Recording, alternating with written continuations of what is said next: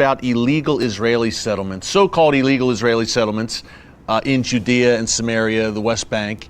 But there are some other illegal settlements there that are truly illegal, and you've got the inside story. Tell us about it. That's right. We've now put into the common vernacular the term illegal Palestinian settlements. We're talking about Area C. I'm going to make it simple. Everybody knows there's the Oslo Accords. The Oslo Accords gave an Area A for the urban areas, Ramallah, etc., under the Palestinian Authority. Area B, which is the Palestinian rural area, that's in a mixed control. In Area C, which is mainly undeveloped, that is Judea and Samaria. Essentially, it's about 60% of the West Bank. And under Oslo International Agreement, that is 100% under Israeli civilian, administrative, and security control. Despite that, a plan was hatched in 2009 called the Fayyad Plan to create a de facto Palestinian state on the 1967 lines without any regard to Oslo, diplomacy, negotiation, consultation with Israel. And now we see thousands and thousands of illegal Palestinians settlements. We're talking about in Area C. In Area which C. is internationally recognized Israeli territory. That's right. And it's being done without a permit. It's hundreds of kilometers of roads that are being built, hundreds of settlement areas, that there are over 9,000 dunams. These are obsolete numbers because even during the time you and I are talking about this, more construction is going on. There are hundreds of thousands of barriers. They're even settling on IDF military zones. You could ask, how is this possible? It's being done in broad daylight with large signs, heavy machinery. Who's doing it? It's all being done by the EU in conjunction with the Palestinian Authority. Mahmoud Abbas. Mahmoud Abbas, when he found a partner for this in Washington in 2009, the President of the United States at that time, Barack Obama.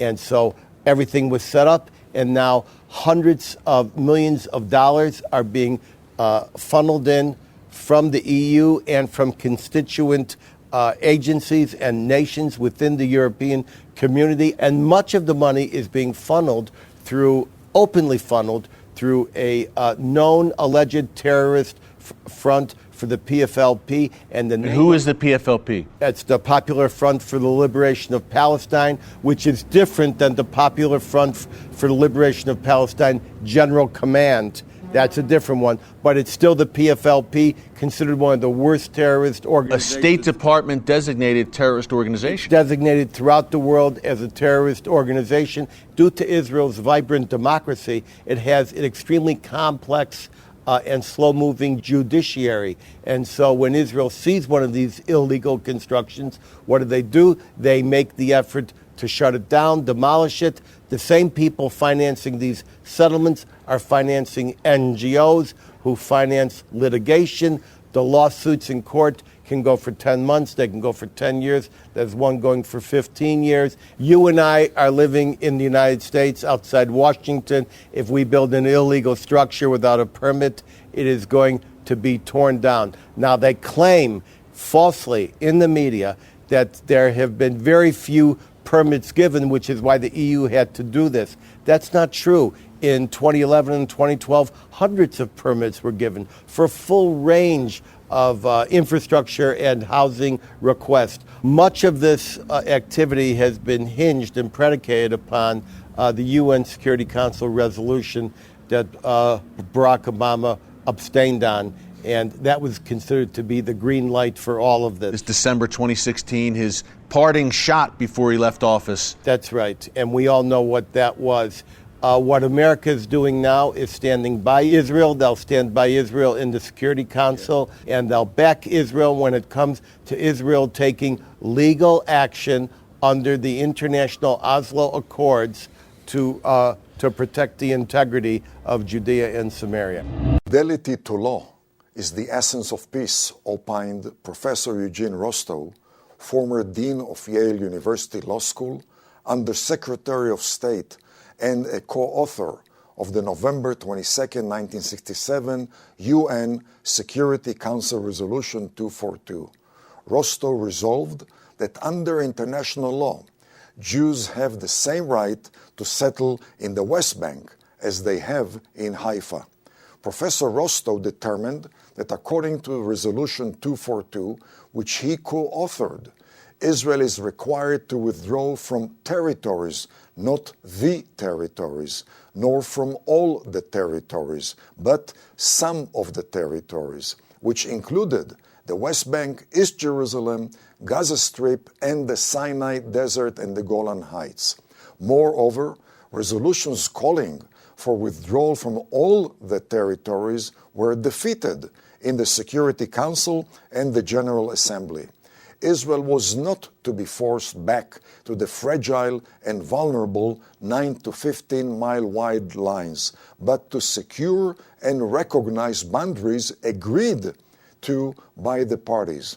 In making peace with Egypt in 1979, Israel withdrew from the entire Sinai, which amounts to more than 90% of the territories occupied in 1967. Former President of the International Court of Justice, Judge Stephen Schwebel, stated the 1967 Israeli conquest of territory was defensive rather than aggressive, as indicated by Egypt's prior closure of the Straits of Tiran, blockade of the Israeli port of Eilat, and the amassing of Egyptian troops in Sinai, coupled with its ejection of the UN Emergency Force and Jordan's initiated hostilities against Israel. The 1948 Arab invasion of the nascent State of Israel further demonstrated that Egypt's seizure of the Gaza Strip and Jordan's seizure and subsequent annexation of the West Bank and the Old City of Jerusalem were unlawful.